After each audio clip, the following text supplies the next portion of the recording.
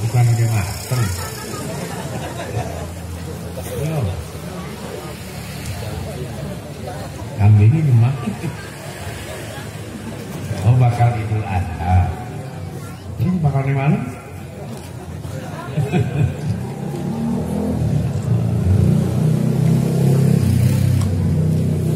Assalamualaikum warahmatullahi wabarakatuh.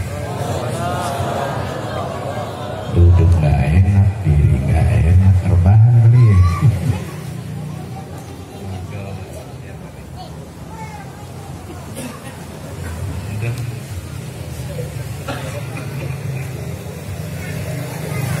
Bismillahirrahmanirrahim. Alhamdulillahirabbil alamin wa bihi nasta'in ala umuri dunya waddin. Wassalatu wassalamu ala Muhammadin. Wassalatu wassalamu ala Muhammadin wa ala alihi wa sahbihi ajma'in. Alhamdulillah. Syukur kehadirat Allah Subhanahu wa taala. Pada malam hari ini Allah pertemukan kita untuk sama-sama menghadiri Majlis Buddha yang biasa diadakan 1 bulan sekali kalau tidak salah, di bawah asuhan Al-Habib Syekh bin Habib Ahmad Fahmi bin Abi Bakar Ali Terus. Alhamdulillah, mudah-mudahan kesempatan yang Allah berikan kepada kita untuk dapat menghadiri bacaan Buddha dari awal sampai mahalul qiyam,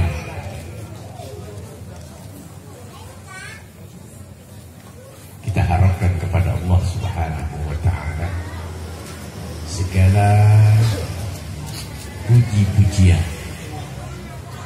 sanjungan kepada baginda Rasulullah sallallahu alaihi wasallam.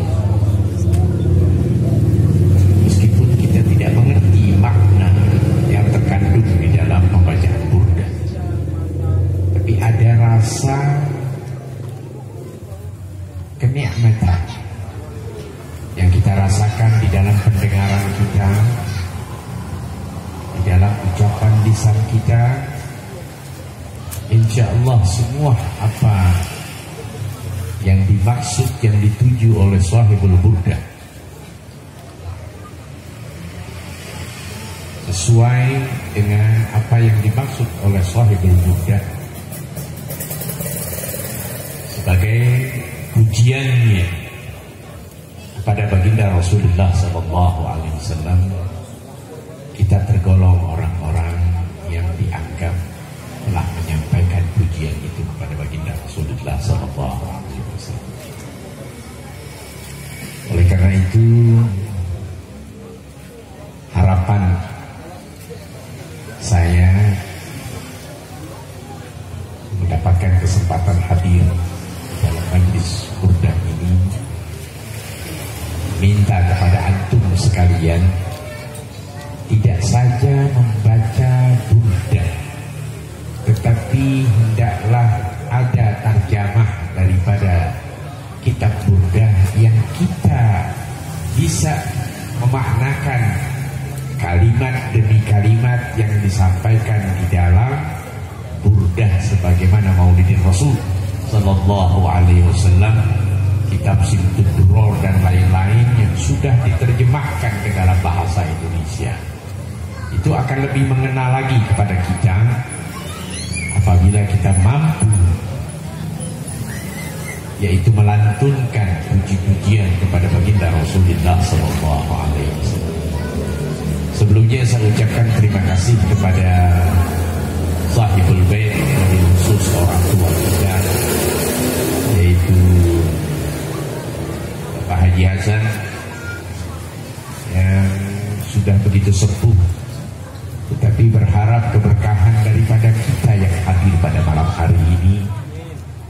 Kita doakan mudah-mudahan bertambah kesehatannya, bertambah sabar menghadapi hari tua. Dimanapun hari tua itu tidak enak, kecuali hari tua itu berserah diri kepada Allah dan sabar menunggu datangnya ketentuan Allah Subhanahu wa ta'ala. Bagaimana caranya? Banyak hadir di majalis ini, banyak menghidupkan sunnah Rasul. Siapa saja Anda yang kelak nanti akan mengalami masa akhir tua, agar tidak iblis mengganggu hati dan pikiran kita, perbanyaklah kalian hadir di majalis ini. Kewajiban laksanakan menuntut ilmu dan mengamalkannya sesuai syariat yang diajarkan oleh baginda Rasulullah, sehingga pada masa tua tersebut ya, tidak kemasukan, yaitu hati dan pikiran yang tidak baik. Saya tidak perlu cerita ya dari beberapa orang tua yang ada, yang saya alami. Orang yang dekat dengan para kiai, para muallimin, para habaib di akhir umurnya, karena dia tidak lagi banyak hadir di majalis ilmu atau mendatangkan yaitu majlis-majlis taklim, minta hadir di rumahnya sebagaimana Haji Hasan ini ya. Walaupun majlis burdah boleh di mana-mana, tapi saat ini ditempatkan di rumahnya. Tidak lain tujuannya berharap agar keberkahan daripada majlis burdah, agar Allah kuatkan di dalam iman Islamnya, diberikan kesabaran di dalam menghadapi hari tua yang semuanya serba tidak enak. Makan gak enak, tidur gak enak, semua gak enak. Tapi itulah ketentuan Allah Subhanahu wa ta'ala. Jadi satu contoh saja yang saya perlu sampaikan, betapa banyak dari contoh-contoh yang ada seorang tua di Citayam, di akhir umurnya dia tidak lagi hadir di majalis ilmu, atau keluarganya tidak menghadirkan lagi di mana-mana, di mana guru-guru yang pernah dikenalnya didatangkan lagi di rumah orang tuanya. Jadi bertahun-tahun dia sepi, hidup di kamar sendiri-sendiri, hanya makan minum, buang air dan lain-lain, itu aja yang dikerjakannya. Akhirnya iblis masuk ke dalamnya. Di malam hari tiba, iblis masuk kepadanya. Diajarkan oleh iblis bagaimana caranya proses menghilangkan rasa tua. Proses ketuaan ini harus diakhiri. Gak enak kamu ada di kamar saja, gak enak kamu menunggu kematian, hanya teriak-teriak saja, manggil istri, manggil anak, manggil cucu, yang semuanya dipanggil sudah gak mau dengar lagi. Lihat iblis membujuk orang tua tadi yang kita kenal, dia orang yang sangat mencintai para muallimin, selalu hadir di majalis ilmu. Tapi ketika umur tuanya dia stop, tidak lagi menghadiri, dan tidak ada keluarga yang menghadirkan guru-guru yang pernah dikenalnya atau anak-anak daripada gurunya untuk bisa lazim hadir di rumah orang tuanya. Pada akhirnya ya, dari laci di saat dia tidur, entah sadar entah tidak, dia mengeluarkan yaitu benda tajam, pisau yang tajam luar biasa. Didodek-dodek itu perutnya, dikeluarkan semua isi perutnya. Jadi mohon maaf, terjadi kepada kita, bukan orang yang tidak beriman, orang beriman tapi sudah terputus dengan kebaikan. Ini beruntung sekali. Orang tua kita Haji Hasan, anak-anaknya masih mau mendatangkan guru-guru. Ada orang tua kita, guru kita Al-Habib Ahmad Fahmi bin Abi Bakar Idrus dan putranya Al-Habib Syekh, ya, dan para habaib yang lain. Ada Ustadz Mahfudin Nur. Beruntung sekali. Sehingga pada saatnya Allah pelihara dia daripada gangguan iblis laknatullah. Mudah-mudahan kita doakan Abah Haji Hasan Allah pelihara iman Islamnya agar selamat saatnya nanti dia kembali ke rahmatullah. Kita doakan panjang umur dalam keadaan sehat walafiat. Amin ya rabbal alamin. Yang pada akhirnya orang tadi sudah mengeluarkan ucusnya, semuanya isi perutnya sudah berantakan. Yang ada hanya apa, kalau bahasa kita ngorok, tahu orang ngorok? Ya, orang ngorok bagaimana ngorok seperti orang sapi dikorbankan, darah mengeluar luar biasa yang ada terdengar oleh istrinya.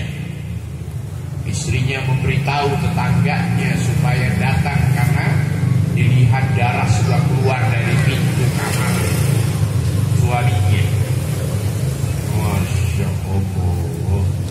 Saat itu semua tetangga keluar membawa ke rumah sakit Cipto Mangunkusumo. Bayangin dari Citayam di Jakarta. Subhanallah, Allah masih pelihara ketolongan juga, pada akhirnya selamat dia. Selamat dan sehat setelah sekian bulan dirawat. Dan di rumahnya banyak guru-guru yang datang memberi nasihat dan lain-lain. Sampai akhir umurnya di tangan guru-gurunya. Alhamdulillah. Begitu caranya mengakhiri. Ya, kan kita punya orang tua di rumah. Jangan biarkan dia sendiri. Jangan biarkan dia sendiri. Biasakan datang kepada orang tua kita. Ketika kita ingin di rumah kita membaca Yasin, membaca apa aja, baca burda di depan orang tua kita. Niatkan kepada Allah agar orang tua kita dipelihara daripada gangguan iblis laknatullah yang akan membujuk hati dan pikirannya untuk mengakhiri umurnya. Itu gangguan orang ibadah. Jadi gak boleh kita tinggalkan kesian orang tua kita. Ajak mereka, ya, pakai apa, roda, ajak ke majelis taklim. Jangan udah tua dibiarin. Gak boleh, bahaya betul. Tadi saya di saat pengajar membaca satu hadis Rasulullah sallallahu alaihi wasallam.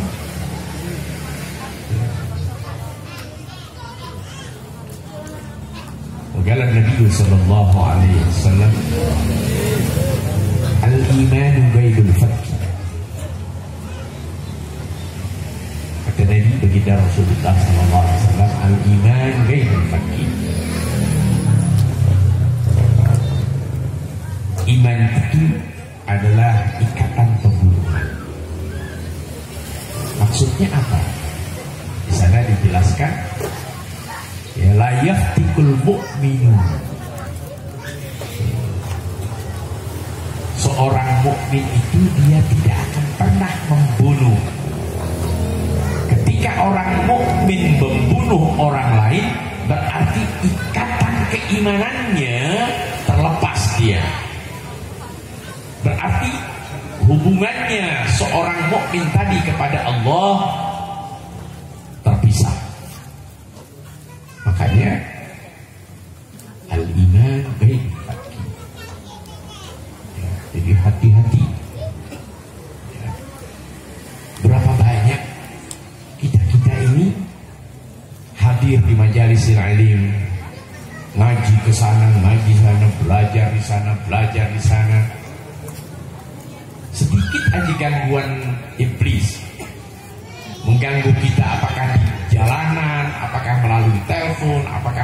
chatting dan lain-lain, emosi kita kepada orang lain, janji, ayo lo ketemu di mana, gua matiin lo. Tapi katanya orang pengajian, orang-orang beriman, hati-hati jangan dijebak oleh iblis untuk kita akhirnya yaitu melakukan satu perbuatan yang memutuskan tali hubungan keimanan kita kepada Allah Subhanahu wa ta'ala. Dan ini banyak sekali riwayat yang menyusul berikutnya. Nah, mungkin saya sampaikan pada saat ini, nah, memang bukan waktunya untuk menjelaskan tersebut. Jadi anak harapkan kepada antum, ini masih muda, terus lazimkan hadir di majelis ta'lim. Sampai kapan? Sampai mati. Ntar kalau istirahat. Sekarang orang tua kita tertipu. Hampir rata-rata orang-orang yang telah berumur di atas 60, dia tidak lagi mau hadir di majelis ta'lim karena setan membujuk bahwa dirinya telah berpengalaman dari guru-guru terdahulu. Dia udah merasa cukup ilmu yang dipelajarinya, padahal iblis mengincar terus sampai dia dicabut ruhnya oleh Allah Subhanahu wa ta'ala. Makanya yang ngaji-ngaji 3 remaja sudah, orang tuanya kemana? Udah merasa lebih baik, merasa sudah aman, padahal tipu daya iblis luar biasa. Makanya tadi jangan tinggalkan orang tua kita, apalagi dia sudah tidak bisa jalan. Abah di sana ada pengajian, mau hadir nggak, Pak? Gua kepengen tuh nggak bisa, kan ada anak Abah. Ntar Abah pakai pakai roda, biar saya yang tuntun. Perintahkan saya anak Abah, saya nggak mau Abah.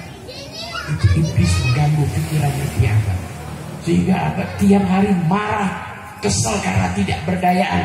Tapi kalau Abah keluar, disitulah doa para malaikat, doa para ulama, aulia salihin mendoakan Abah, sehingga mudah mendapatkan segalanya daripada Allah, apalagi menjelang detik-detik akhir umur Abah.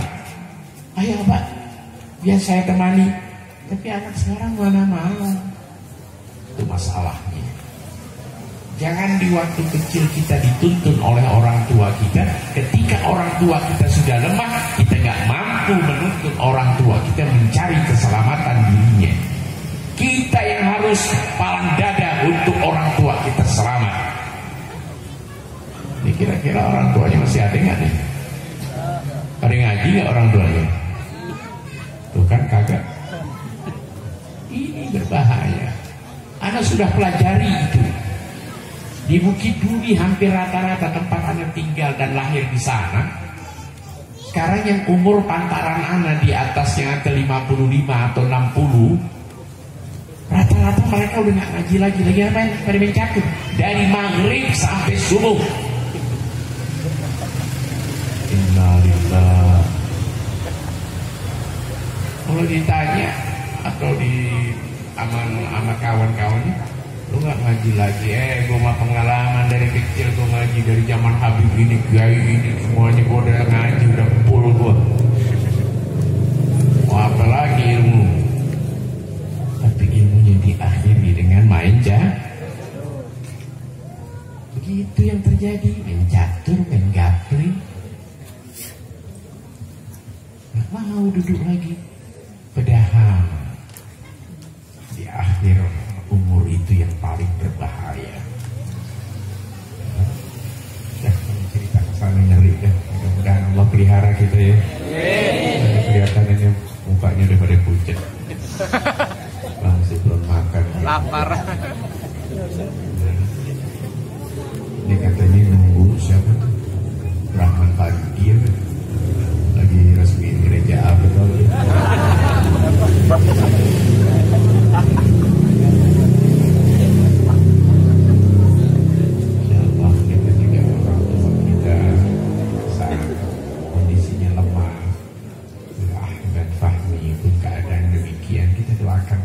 Sehat. Jangan mentang-mentang kita sehat kita bermalam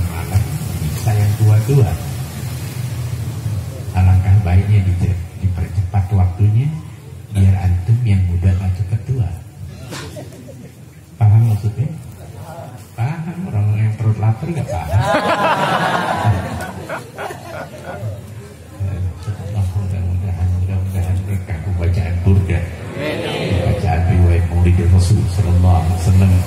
Insya Allah kita akan mendapatkan keberkahan daripada Allah Subhanahu Wa Taala dan daripada sahibul burda baginda Rasulullah Sallallahu Alaihi Wasallam. Dan menyusun burda ini sangat luar biasa, seorang yaitu yang dicintai oleh Rasulullah, yang mendapatkan kecintaan daripada Rasulullah karena tangan dan hatinya begitu tulus, yaitu menyampaikan pujian-pujian kepada raja-raja, sehingga Rasulullah datang kepadanya. Sahibul burda nggak kenal Rasulullah, tapi Rasulullah kenal umatnya. Kata Rasulullah, kenapa kau memuji orang lain sedangkan aku adalah nabimu yang lebih berhak kau puji? Wah, kalau riwayat ini itu bisa kelengar, nangis di ada juga nggak bisa nyampe, nggak kuat. Rasulullah cemburu, nggak kayak kita ini, kita kan paling hobi muji perempuan. Kita puji-puji siang malam di WA kita. Kita punya nabi, kita nggak pernah puji. Inna lillahi wa inna ilaihi raji'un. Pantas tidak kita kalau menjadi umat Nabi Muhammad. Inna lillahi. Oleh karena itu beruntung antum masih diberi kesempatan untuk membaca kitab burda sebagai wujud kecintaan seorang hamba kepada Allah. Melalui kecintaannya kepada Rasulullah, dia sampaikan pujiannya tersebut. Dan sejak itulah maka penyakit lumpuhnya Allah sembuhkan karena Rasulullah hadiahkan yaitu burda kepadanya, yaitu bidaknya Rasulullah dijadikan alat untuk menutup tubuhnya, sehingga ketika waktu fajar ia terbangun dari tidurnya, ternyata burda yang dipakaikan oleh Rasulullah yang menutupi tubuhnya diangkatnya sehingga semua badannya dirasakan enteng, kakinya bisa bergerak sehingga dia bisa turunkan kakinya ke lantai yaitu tempat tidurnya. Dia kemudian bangkit berdiri, dirasakan enteng. Ini rupanya doanya baginda Rasulullah SAW. Maka saat itu ia menulis yaitu kesidah puji-pujian kepada Rasulullah yang diberi judul Al-Burda. Itulah burda atau pakaian Rasulullah yang diselendangkan, selendang Rasulullah yang dipakaikan kepada sahibul burda tadi, penyusun burda ini, sehingga Allah angkat semua penyakitnya daripada orang tersebut. Sejak itu sampai wafatnya dia tidak pernah memuji orang lain kecuali yang dipuji baginda Rasulullah SAW. Wassalamualaikum warahmatullahi wabarakatuh.